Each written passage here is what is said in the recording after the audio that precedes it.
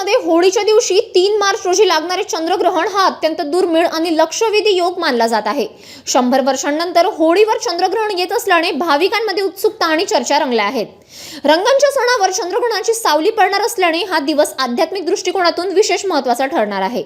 दुपारी 3:20 ते सायंकाळी 6:47 या वेळेत हे खंडग्रास चंद्रग्रहण भारतातून स्पष्ट दिसणार असून सकाळी 6:20 पासून सूतक काळ लागू होईल। ज्योतिषशास्त्रानुसार ग्रहण काळ अशुभ मानला जातो, त्यामुळे या वेळेत शुभ कार्य टाळले जातात।